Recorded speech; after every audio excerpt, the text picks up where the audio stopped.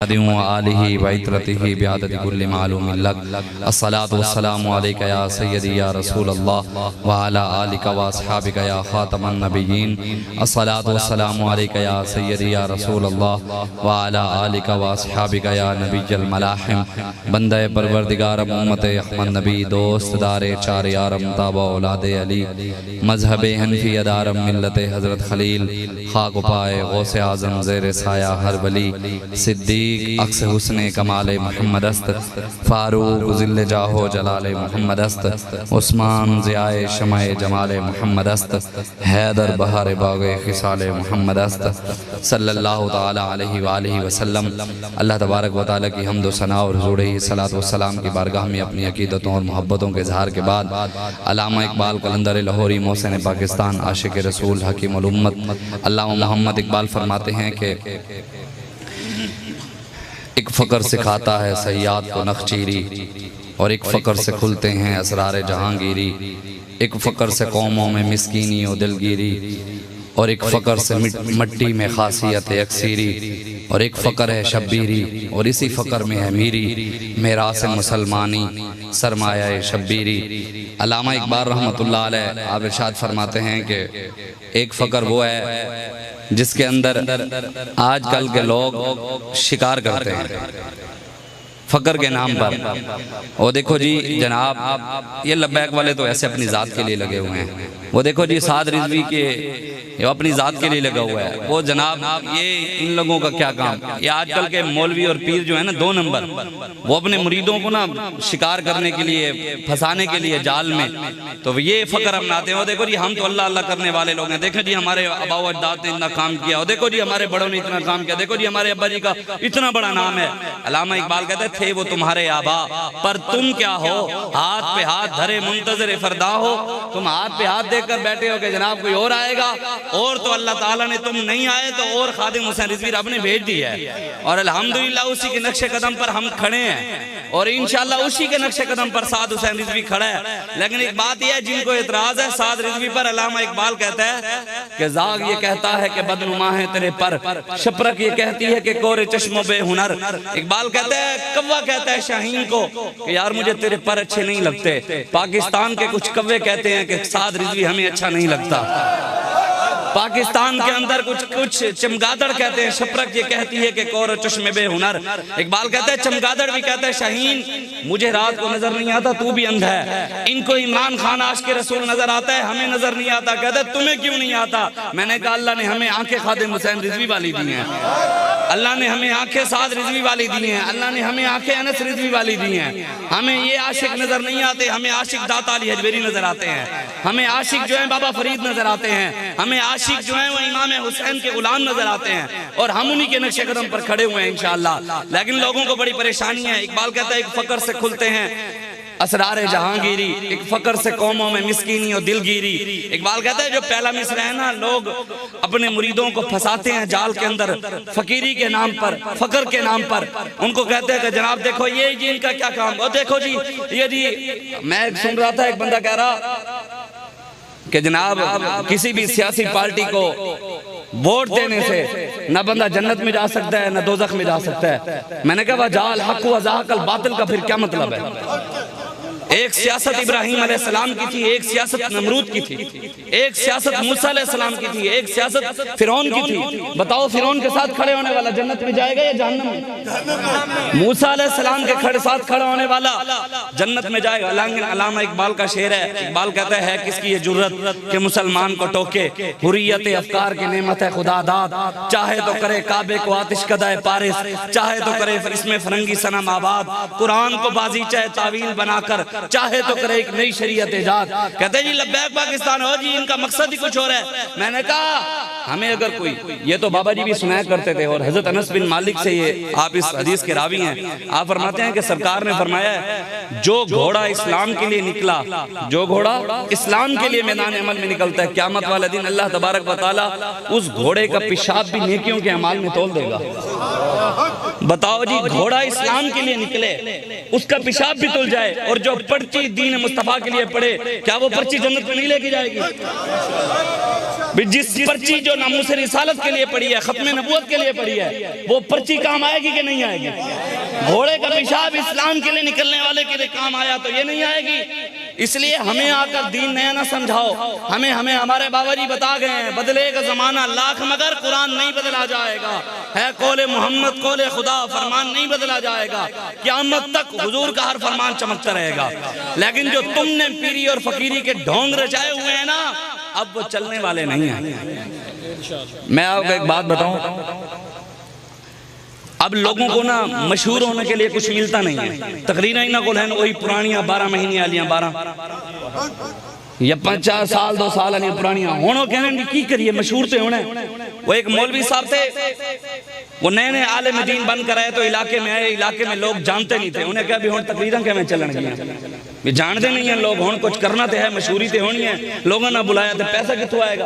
مقصد تو اور اس نے اعلان کر دیا ایک جمعے پہ. اس نے کہا جی کتا حلال ہے. کی حلال ہے؟ علاقے شور پڑ گیا، علاقے میں شور پڑ گیا. جی نواں ایک مولوی آیا، انہیں کہا جی کتا حلال ہے. علاقے کے علماء کٹھے کر گئے. انہیں کہا خیر کی گل کر دی تھی؟ انہیں کہا نہیں گل اینج نہیں ہونی، مناظرہ ہونا. گل اینج نہیں ہونی، مناظرہ ہوئے گا. عوام کٹھی کرو، مجمع لگے گا، ممبر لگے گا، اور جی سٹیج بڑھے گی، ممبر ہوئے گا، اتھے گل کریں گے، اتھے اسی ثابت کریں گے، خود دلیلیں دے کے کتے دی حلالیت سے ثابت کریں گے.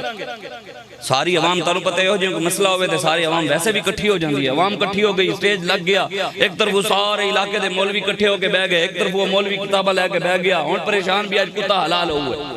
انہوں نے مولوی نے سپیکر دیتا، انہوں نے کہا مولوی صاحب دس کتے لکھے کتا حلال ہے؟ انہیں سپیکر پڑھے، انہیں کہا گل لیں جا کہ میں نو جاندہ کوئی نہیں سی، میں نو جاندہ کوئی نہیں سی. مشہوری واسطے ویسے حلال، کتا تے حرام ہی ہے. ہون مولویاں نو جاندہ کوئی نہیں، بلاندہ کوئی نہیں. اعتراض یا لبیک ہوتے یا لبیک گالیاں ہوتے. اینج ہون چلنا نہیں. ہون قوم نو پتہ چل چکا ہے کہ تھے پاکستان دے وچ یہ تے خواجہ صاحب نے فرمایا نا، خواجہ محمد یار فریدی رحمت اللہ علیہ. آپ فرماتے ہیں کہ حقیقت شریعت حقیقت معرفت طریقت سوا 4 یاراں دے دسا کوئی نہیں سکتا. فرماتے ہیں جو تم نے شریعت حقیقت اور طریقت اور معرفت کے طریقے بتائے ہیں، یہ سوائے 4 یاروں کے اور کوئی بتا ہی نہیں سکتا. بتائیں جی حرم کعبہ میں ایک نماز پڑھنے کا کتنا ثواب ہے؟ کتنے؟ 1 لاکھ. مسجد نبی میں 1 لاکھ. کعبہ میں 50,000. مسجد نبی میں کائنات کی سب سے بڑی دربار گنبد خضرا، اس دربار کے سجادہ نشین امام حسین دین پر وقت آیا تو 1 لاکھ والی نماز بھی چھوڑ دی. دین پر وقت آیا تو 50,000 والی مسجد بھی چھوڑ دی. دین پر وقت آیا تو کائنات کی سب سے بڑی دربار کہ سجادہ نشین امام حسین نے دین پر وقت آیا تو گنبد خضرا بھی چھوڑ دیا اور میدان کربلا جا کر سجا دیا. حضرت سلطان بہو نے ایسے نہیں کہا عاشق سوئی حقیقی جیڑا قتل معشوق دے مننے ہو، سچا عشق حسین علی دا باہو، سر دے وے راز نہ بھننے ہو. امام حسین نے سر دے دیا لیکن یزید کے ہاتھ میں ہاتھ نہیں دیا. لیکن آج ہم تو ہاتھ دے ہی کھڑے ہیں. آج ہم تو ان کے نعرے لگا رہے ہیں، آج ہم تو ان کے ساتھ کھڑے ہیں، ہم تو ان کی بات. آج بھی قوم کے اندر سے غلامی نہیں نکل رہی. وہ لگا ہوا تھا کہنا قمیض چموریاں تے ارباں دیاں چوریاں، چور نو چوریاں کرنیاں پیندیاں، چور نو چوریاں کرنیاں پیندیاں، ہر گل سوریاں کرنیاں پیندیاں. پوری قوم دا مال کھان واسطے قمیض چموریاں کرنیاں پیندیاں. قوم کا مال کھانے کے لیے قمیض میں سراغ کرنے پڑتے ہیں. یہ دیکھو جی ہمارا لیڈر، یہ دیکھو جی اسی قمیض میں، بڑا سادہ آدمی ہے. میں نے کہا ایسے اب ڈھونگ نہیں رچائے جائیں گے. اب اللہ تبارک و تعالی نے تحریک لبیک پاکستان امیر المجاہدین علامہ خادم حسین رضوی نور اللہ مرقدہ کے بدولت آپ کی وجہ سے اللہ تعالی نے ہمیں ایسی جماعت دی ہے کہ ہماری جماعت کا مقصد بالکل کوئی نہیں. ہمارا مقصد صرف یہی ہے کہ ہم نے حضور کی عزت، حضور کی ختم نبوت پر پہرا دینا ہے. نہ ہم نے کسی کو گرانا ہے، نہ ہی کسی کو اٹھانا ہے. ہم نے بس رسول اللہ کا دین تخت پر لانا ہے انشاءاللہ. اور آپ نے اور میں نے حضور کے دین پر پہرا دینا ہے. اور یہی بتائیں جی آج اگر امام حسین ہوتے، آج اگر ہوتے تو کہ عمران خان نال کھڑے ہوندے، نواز شریف نال، سرداری نال، ان دوسری پارٹیوں کے ساتھ. ایمانداری سے بتائیں جڑا کہندے ابھی عمران نال کھڑے ہوندے 10 دے.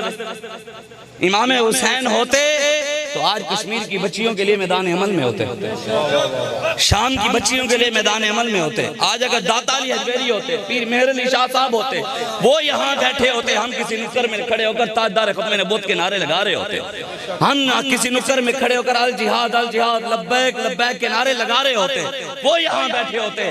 آج ان کے ماننے والے بھی اسی لائن پر کھڑے ہوں، ان کے ماننے والے، یہ ہمیں کوئی نہ آ کر نہ ڈرائے، یہ نہیں ہے کہ آج لوگ آ کر ہمیں ڈراتے ہو جناب۔ بعد میں جیسے وہ فرما رہے تھے نا پیر مہر علی شاہ صاحب کو لوگوں نے آ کر کہا نا کہ حضور آپ مہربانی فرمائیں، آپ انگریز کے خلاف نکل پڑے تو انگریز تو یوں کر دے گا، وہ کر دے گا، یہ ہو جائے گا، قادیانیوں کے خلاف یہ ہو جائے گا۔ میرے پاس بھی جب شروع میں تحریک لبیک پاکستان میں آیا تو میرے محلے کا ایک بڑا بزرگ میرے پاس مسجد میں بیٹھا، میرے پاس بھی آ گیا، اس نے کہا شاہ جی مہربانی کرو تو سب پیو ماں دے ہکا ہی وے کلہ کلے، اکیلے اکیلے بیٹے ہیں، مہربانی کرو اپنے پیو ماں دا خیال کرو، تسی کیڑے پاسے لگ گئے ہو، مولوی خادم دے پیچھے دے تاڑے ہوتے پرچے ہو رہے ہیں، گھروں چوک کے گھر والے نال بدتمیزی ہو رہی ہے۔